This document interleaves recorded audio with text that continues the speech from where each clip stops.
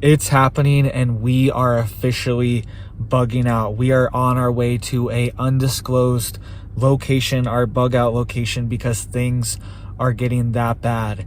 And there is a new state of emergency declared in one of the biggest cities in the United States. All right, I was already talking about how the FBI is preparing for a nuclear incident drill in one of the biggest cities in the US. I made a whole video on that a couple days ago. Now something even bigger is happening right now, and it's affecting multiple cities, and even NATO itself, top government officials are warning that we need to get prepared as well. So big things are happening, big things are going on, and we have made the decision to bug out because I felt too close to these cities. I felt vulnerable. I did not feel safe. All right, when things hit, it is going to be a big event, and now big cities are already getting hit in Texas and North Carolina and also in New England. We will get to all these stories in just a second, and we will also cover the banking crisis. All right, more banks are collapsing. There are multiple banks that are on the verge right now, and you should be prepared if you have money in these banks. We're going to get to all this news. We will get to these major cities under states of emergency, but I wanted to get to this warning first because this all ties together, and this is what we are heading towards, and this is why we are bugging out. We are getting out of major cities. We are moving to an extremely desolate area with low population and with lots of freedom and low restrictions. All right, so let's get into this headline here out of Politico, and then we will get into what's happening in 3 different states right now. They are under states of emergencies, and this banking crisis is happening. We're going to cover all this news today, but look at what NATO just warned of. NATO warns Russia could target undersea pipelines and cables. We've already seen multiple cables being cut over the past 6 months. I've been covering it, how there was a underwater internet cable, fiber optic cable that was cut connecting to the UK in the upper islands in the UK. All right, those upper islands were completely offline, no banking, no communications for weeks until they could repair these underwater cables. All right, this also happened in northern France as well a few months ago, where parts of northern France did not have internet connectivity because an underwater cable was cut. Also in Taiwan, multiple underwater cables were cut just in the past few weeks, maybe a month ago now. I even reported on this, and they had lost internet connectivity. These things are up for grabs. They are very vulnerable, and now NATO is warning that undersea pipelines and cables are vulnerable. We already saw what happened to the Nord Stream pipeline, and we could see more events like that, very similar and very sketchy events happening and targeting our underwater cables. And they went on to say, quote, "We see a significant risk that critical infrastructure in Europe and potentially North America could be targeted." So they are ramping up the rhetoric, and they are now telling us what is coming next. And we've seen warnings like this of massive cyber situations that could make the past few years look like a, quote, minor inconvenience. We've seen quotes like this before. I've covered them all before. And it's true. Everything is connected to the internet, to the grid. And if it goes down, then everything goes down with it. All right.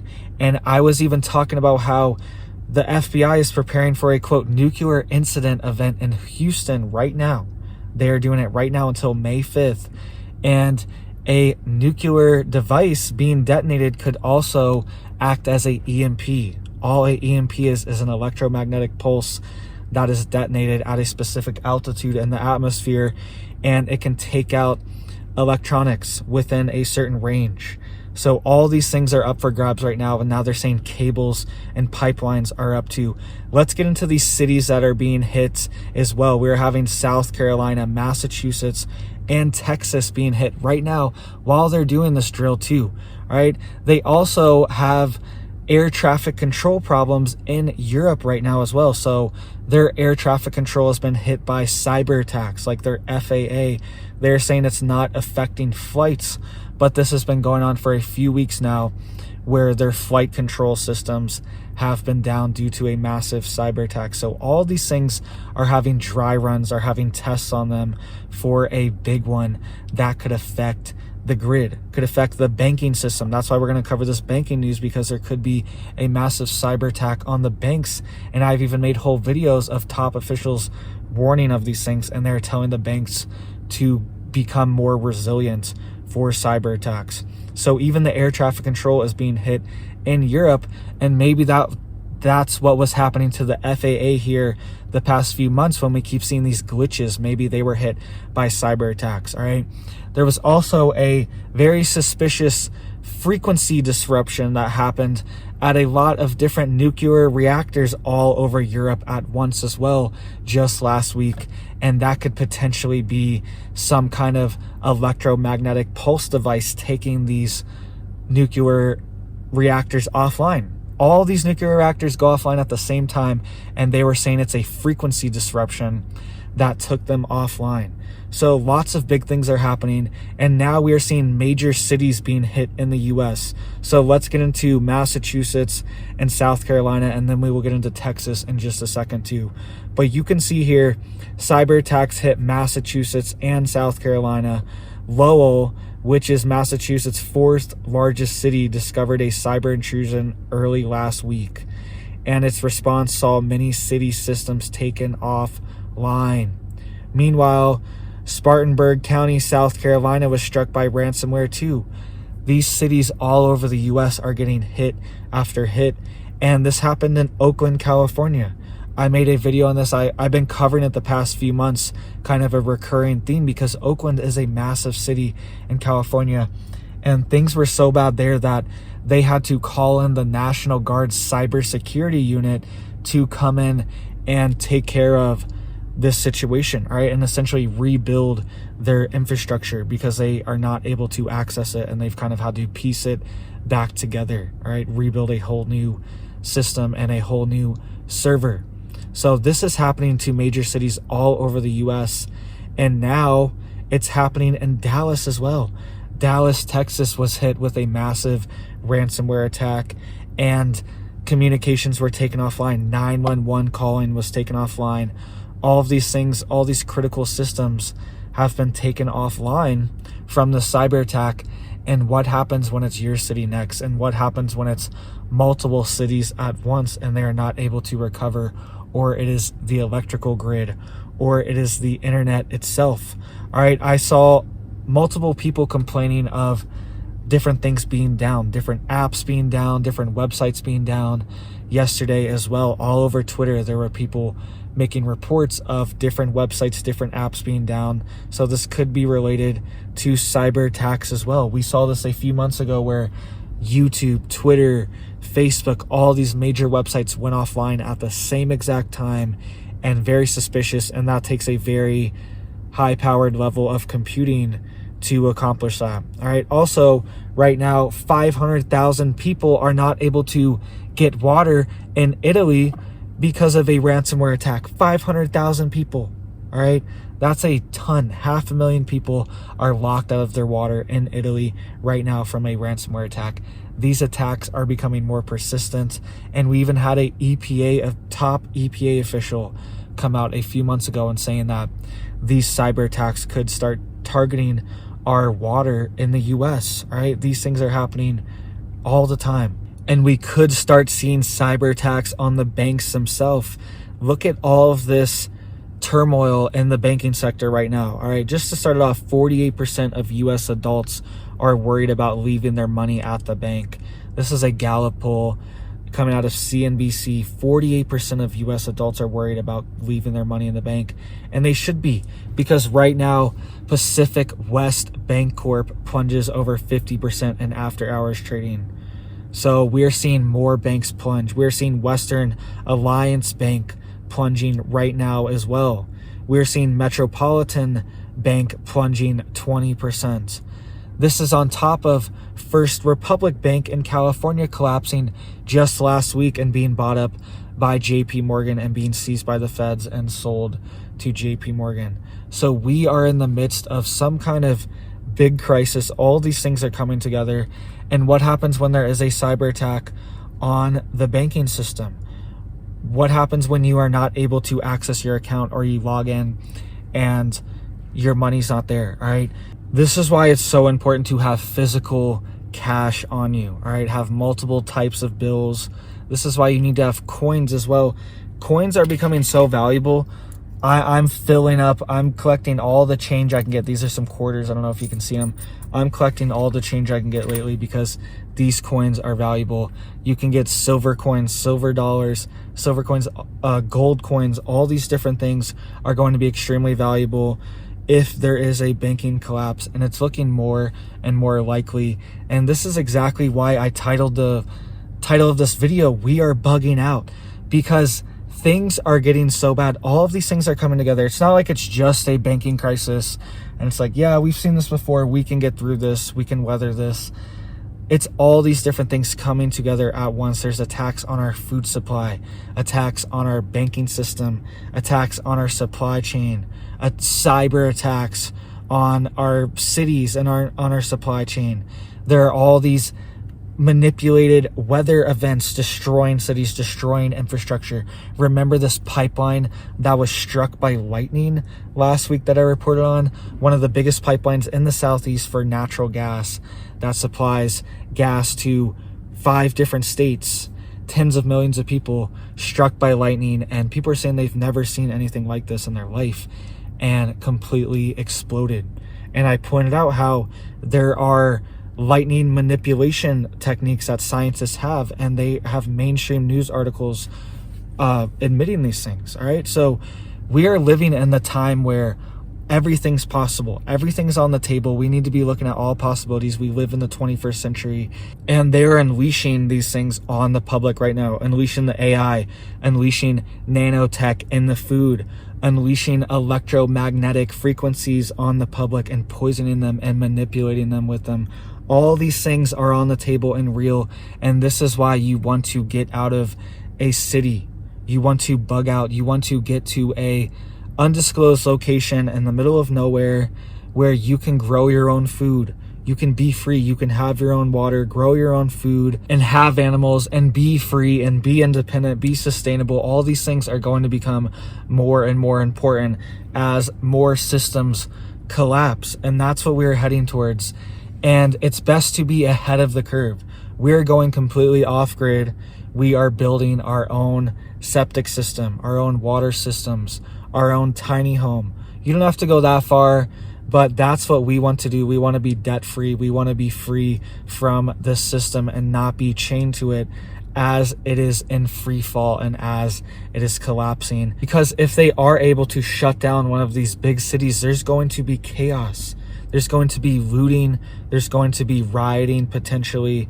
There's going to be thievery. All these things are on the table.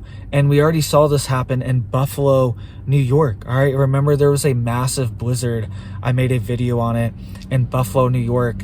And people were rioting and looting Dollar General. People were looting Aldi. Aldi was completely looted. The grocery store completely looted, completely gone, because people didn't have food for weeks. All right. Down in South Florida, they are having food shortages and fuel shortages from massive flooding.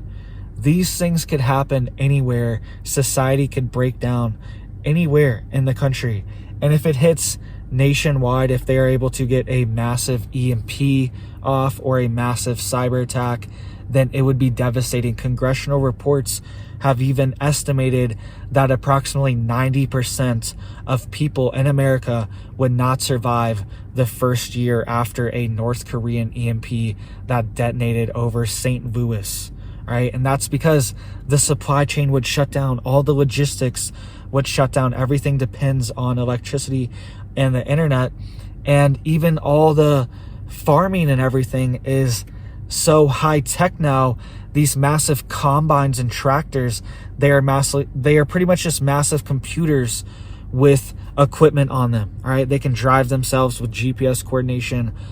And this is what produces our food. And if they are taken out, if their electronics are fried from an EMP, we are not going to be able to replace all of these electronics at once. It is going to take decades to replace them, if they will ever be replaced in a situation like that.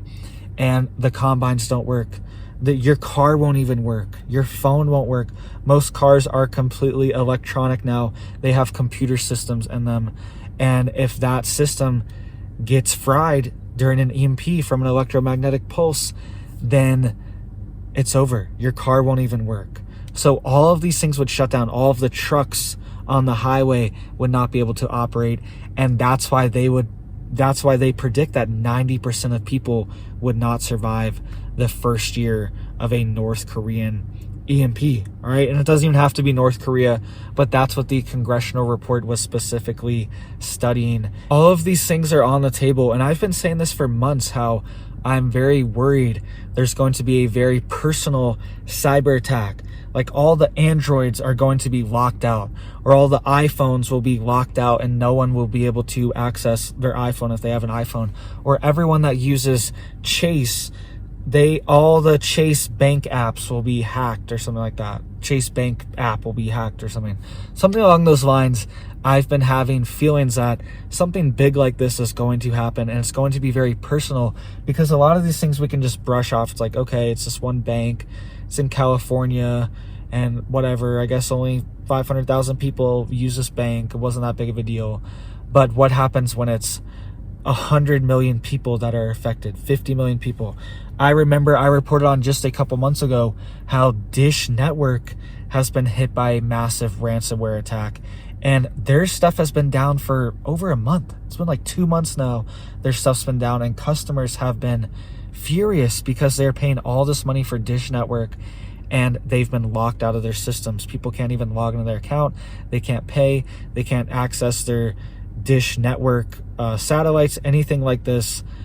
And this is happening to one of the biggest satellite internet and TV providers in the country, in the world, potentially. Dish Satellite, Dish TV, one of the biggest ones, and they had a massive ransomware attack. They are testing these things all the time. All right, there was a report coming out how they are working on satellite killer weapons. All right, China and Russia, the US has these things too.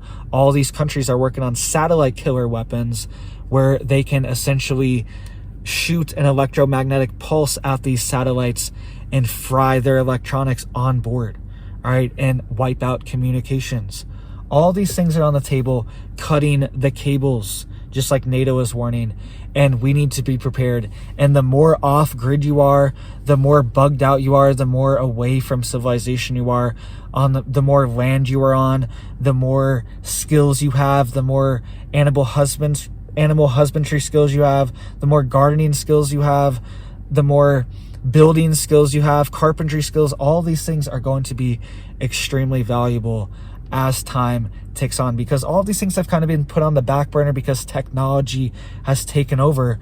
But if technology is wiped out through one of these means, cyber attacks, EMP events, anything like this, then these skills are going to become extremely valuable again, and they already are.